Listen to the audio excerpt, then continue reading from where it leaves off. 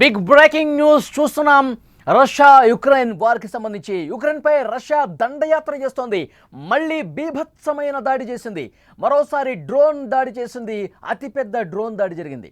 పుతిన్పై Trump ఒకవైపు ఆగ్రహం వ్యక్తం చేస్తున్నప్పటికీ 24 గంటల్లోనే యుక్రెయిన్పై బాంబులు వర్షం కురిపించాడు పుతిన్.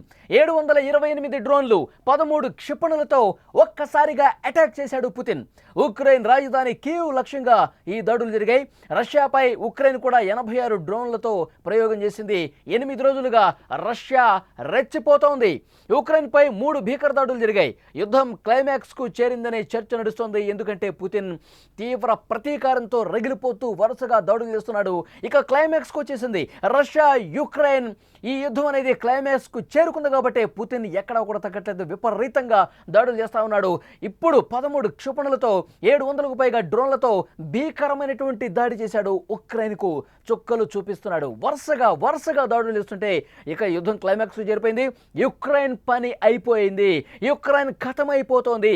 ఇలాంటి చర్చ ప్రపంచవ్యాప్తంగా ఇప్పుడు జరుగుతోంది. గత 8 రోజులుగా భీకర దాడులను ఉక్రెయిన్ ఉక్కిరిబిక్కిరి చేస్తోంది. మరోసారి తాజాగా డ్రోన్లు క్షిపణులతో రష్యా విరుచుకుపడుతోంది. 3 ఏళ్లుగా యుద్ధం జరుగుతోంది. ఏనాడు చేయనటువంటి అతిపెద్ద డ్రోన్ దాడిని గత రాత్రి చేశాడు పుతిన్. ఉక్రెయిన్ రాజధాని కీవ్తో పాటు అక్కడ ఉన్నటువంటి చాలా ప్రాంతాల్లో పశ్చిమ భాగం లక్ష్యంగా చేసుకుని 728 డ్రోన్లు 13 క్షిపణులతో బెంబేలెత్తించింది.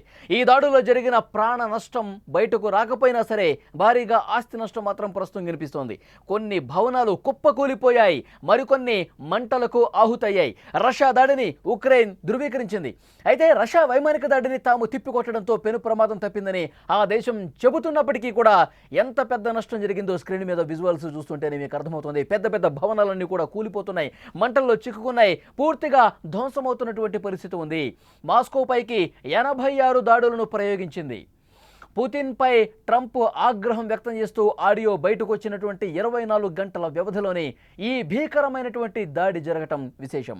ఆడియోలో యుక్రెయిన్పై దాడులపై స్పందించిన అమెరికా అధ్యక్షుడు డొనాల్డ్ ట్రంప్ రష్యా చర్యలను తీవ్రంగా ఖండించారు.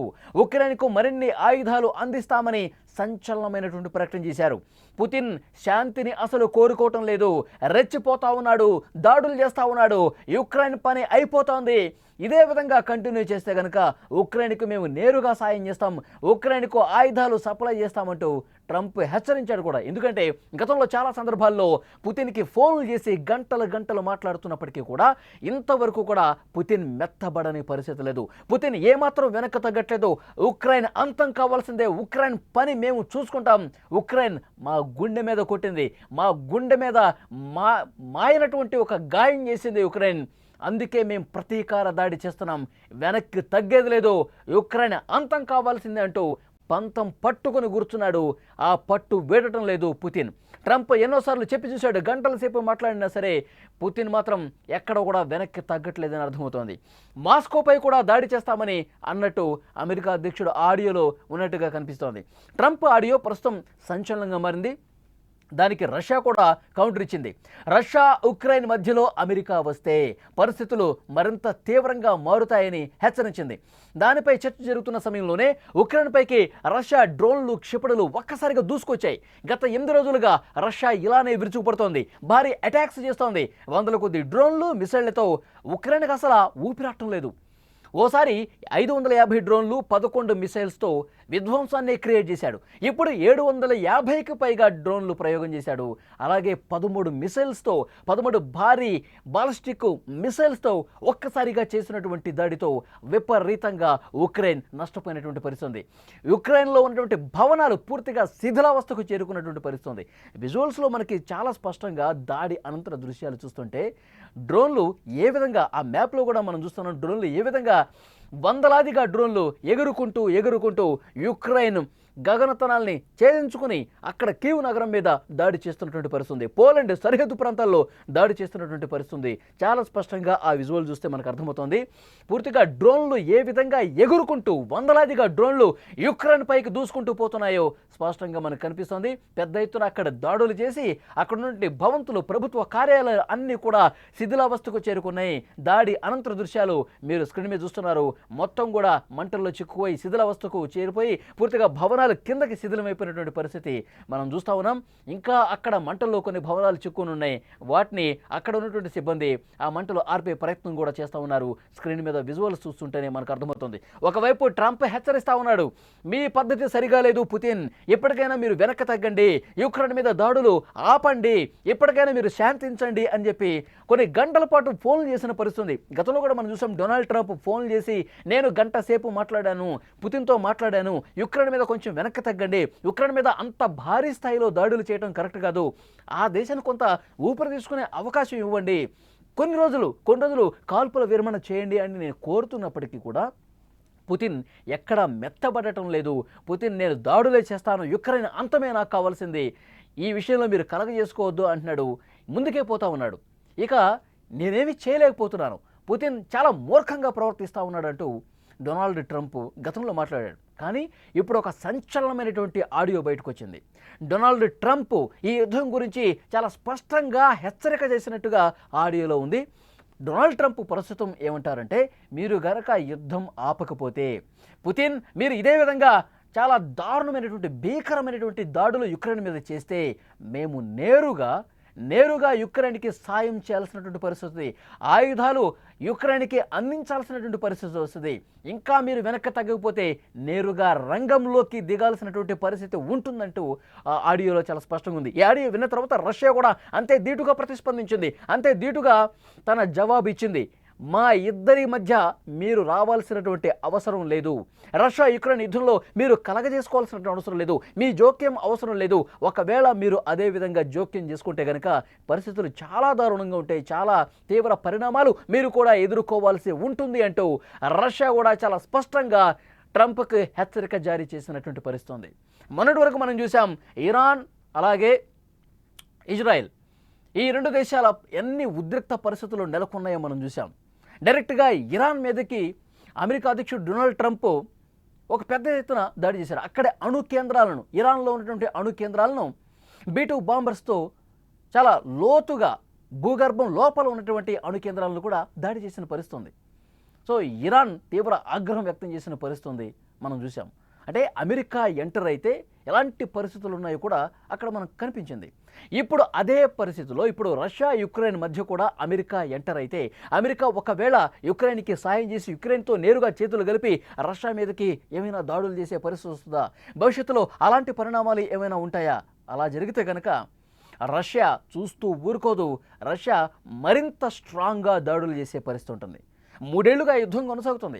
3 సంవత్సరాలుగా ఎడతెరిపి లేకుండా మధ్య మధ్యలో చిన్నపాటి బ్రేక్స్ వచ్చినప్పటికీ కూడా కొంత శాంతి వైపు అడుగులో పడుతున్నటువంటి సమయంలో మరొక్కసారి యుద్ధం తీవ్ర స్థాయికి వెళ్ళిపోయినటువంటి పరిస్థితి ఉంది. 3 సంవత్సరాలుగా ఈ యుద్ధం జరుగుతున్నటువంటి సమయంలో యుక్రెయిన్ ఎప్పుడైతే రష్యా భూభాగంలోకి చొచ్చుకెళ్ళి ఆపరేషన్ స్పైడర్ వెబ్ చేసిందో, యుక్రెయిన్ 4000 కిలోమీటర్లు రష్యా భూభాగంలోకి చొచ్చుకొని వెళ్ళి మరి అక్కడ రష్యా ఇంటెలిజెన్స్ కార్యాలయం పక్కనే ఒక నెట్వర్క్ ఏర్పాటు చేసుకొని ఏ విధంగా డ్రోన్ దాడి చేసిందో, 41 విమానాలను డ్రోన్ల సాయంతో కూల్చేసిందో, అప్పుడే పుతిన్ చాలా స్పష్టంగా చెప్పాడు, మా గుండె మీద కొట్టాడు జెలెన్స్కీ, యుక్రెయిన్ మా గుండెకి గాయం చేసింది, చాలా వ్యూహాత్మకమైనటువంటి మా స్థావరాల మీద దాడి చేసింది, మాకు తీవ్రమైనటువంటి నష్టాన్ని కలగజేసింది, ఈ నష్టాన్ని మేము అతి త్వరలోనే దీనికి దెబ్బకు దెబ్బ కొడతామంటూ చాలా స్పష్టంగా పుతిన్ హెచ్చరించిన పరిస్థితుంది. అది మనసులో పెట్టుకున్న పుతిన్ ఎప్పుడైతే మన గుండె మీద రష్యా భూభాగంలోకి చొచ్చుకొచ్చి ఆపరేషన్ స్పైడర్ వెబ్తో తీవ్ర దాడి చేశాడో, దాన్ని మనసులో పెట్టుకున్నటువంటి పుతిన్ ఇంకా బలమైనటువంటి దాడులు అప్పటి నుంచి చేస్తూనే ఉన్నాడు. ఒకసారి 500 డ్రోన్లు పంపించి 11 మిసైల్స్తో దాడి చేశారు. ఇప్పుడు లేటెస్ట్గా గత రాత్రి చేసినటువంటి దాడి చాలా పెద్ద దాడి, ఎందుకంటే 700కు పైగా డ్రోన్లను పంపించాడు. రష్యా నుంచి ఉక్రెయిన్ మీదకి 700 డ్రోన్లు ఒక్కసారిగా ఎగసి ఉక్రెయిన్ అక్కడ గగనతలాన్ని కూడా ఛేదించుకుని లోపలికి పోయి కీవ్ నగరంలో ఉన్నటువంటి ప్రభుత్వ కార్యాలయాల మీద, అక్కడ ఉన్నటువంటి ప్రధానమైనటువంటి స్థావరాల మీద ఏ విధంగా దాడి చేసిందో విజువల్స్లో కూడా మీరు చూస్తున్నారు. చాలా పెద్ద దాడి. ఈ యుద్ధం స్టార్ట్ అయిన తర్వాత అతిపెద్ద దాడిగా చెప్తున్నారు. 700 డ్రోన్లు అలాగే 13 మిసైల్స్, బలమైనటువంటి మిసైల్స్తో దాడి జరిగిన పరిస్థితి ఉంది. అందుకే ట్రంప్ కొంత ఆందోళన వ్యక్తం చేస్తూ పుతిన్తో మాట్లాడే ప్రయత్నం చేస్తాడు. పుతిన్ను కొంత హెచ్చరించే పరిస్థితి కూడా కనిపిస్తోంది. ఈ యుద్ధం ఎటువైపు దారి తీస్తుంది? యుక్రెయిన్ని పూర్తిగా అంతం చేసేసి యుక్రెయిన్ని పూర్తిగా సమాధి చేద్దామని చెప్పి పుతిన్ భావిస్తున్నాడా? ఇది కరెక్ట్ కాదు. పుతిన్ ఇప్పటికైనా వెనకడుగువే, ఇప్పటికైనా మెత్తబడు, ఇప్పటికైనా నీ నిర్ణయాన్ని మార్చుకో అంటూ ట్రంప్ హెచ్చరించే పరిస్థితి, ఒక ఆడియో రిలీజ్ చేసే పరిస్థితి వచ్చిందంటే ఈ రెండు దేశాల మధ్య ఎలాంటి భీకర యుద్ధం జరుగుతోంది. ముఖ్యంగా సాధారణ ప్రజానికం కూడా తీవ్ర ఇక్కట్లు పడుతూ ఉన్నారు. కీవ్ నగరాన్ని పూర్తిగా వదిలేసి ఆ జనంతో కూడా సురక్షిత ప్రాంతాలకు తరలిపోతూ ఉన్నారు. పౌరుల లక్ష్యం కాదు, మా లక్ష్యం అంతా జెలెన్స్కీ సంబంధించినటువంటి ప్రభుత్వ కార్యాలయాలు, సైనిక స్థావరాలు, వీటి మీదే. మా మీద దాడి చేశారు కాబట్టి మేము ప్రతిదాడి చేస్తున్నాం. మా మీద చాలా వ్యూహాత్మక అతిపెద్ద దాడిగా వాళ్ళు చెప్పుకున్నారు కదా, సరే మేము కూడా దాడి చేస్తే ఎలా ఉంటుందో మేము కూడా రుచి చూపిస్తామన్నట్టుగా పుతిన్ వైఖరి ఉంది. పుతిన్ మాత్రం ఎక్కడా వెనక్కి తగ్గట్ల. యుక్రెయిన్ని పూర్తిగా అంతం చేసి యుక్రెయిన్ పూర్తిగా స్వాధీనం చేసుకున్నటువంటి ఆలోచనతో పుతిన్ ఉన్నాడు అనటానికి ఈ యుద్ధం జరుగుతున్నటువంటి తీరు కనిపిస్తూ ఉంది. చూద్దాం.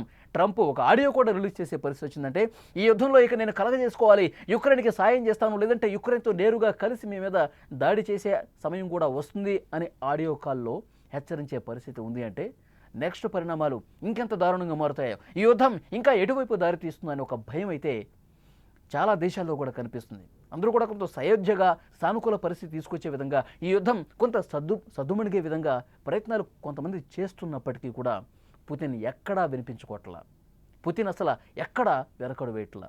చూద్దాం నెక్స్ట్ ఏం జరగబోతుంది, ఎలాంటి పరిస్థితులు ఉత్పన్నం అవుతాయి అన్నది.